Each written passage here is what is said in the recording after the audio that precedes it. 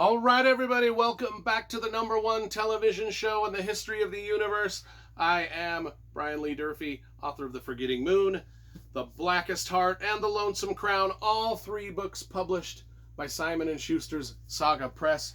Today I'm going to be reviewing From a Whisper to a Scream by Charles de Lint.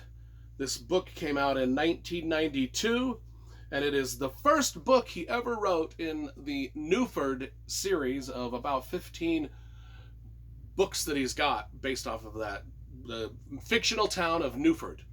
If you followed my channel, you probably saw that I reviewed The Onion Girl and Widdershins.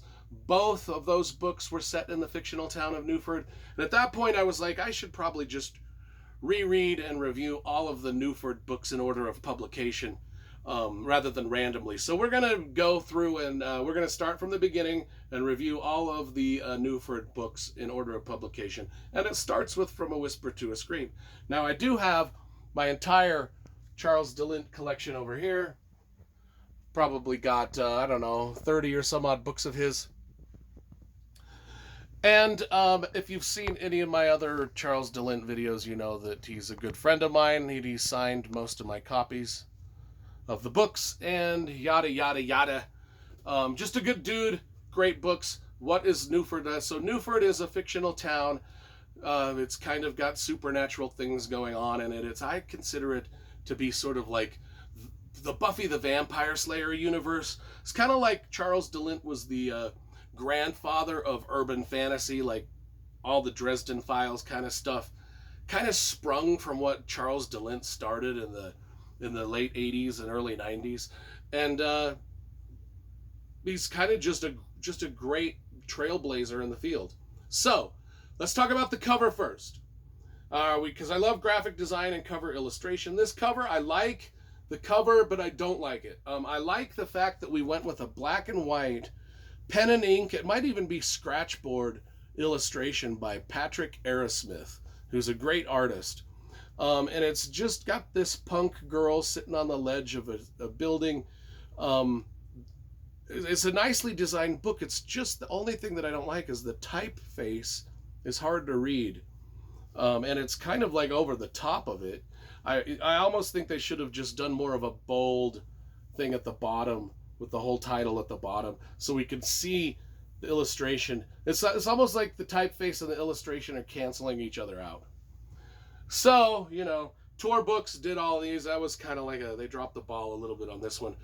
Even though they got a great illustration, the design was a little off. Anyway, so Thomas Morningstar, he is Newford police. Anyway, there's someone is pulled over for speeding. The suspect is shot. It turns into a police shooting. But the perpetrator that got shot has a gun. It was a legit shooting. Let's just say that. But in the trunk, they find the trunk of the car after the shooting. They find in the guy's trunk 3 bodies of little kids. And so now they're like, oh my gosh, well, now we've got this guy that's killed these kids, but we've already shot him, so we don't know how many other little kids may be out there that he's killed, or where their bodies might be, or maybe he's kidnapped them and keeping them alive. So there's kind of like this thing, and they're like, okay, so we've got this mystery. And so we got this police officer trying to deal with this mystery. And then we jump to Jim and Meg, who are newspaper photographers, and they are out oftentimes taking photographs in the town of Newford, of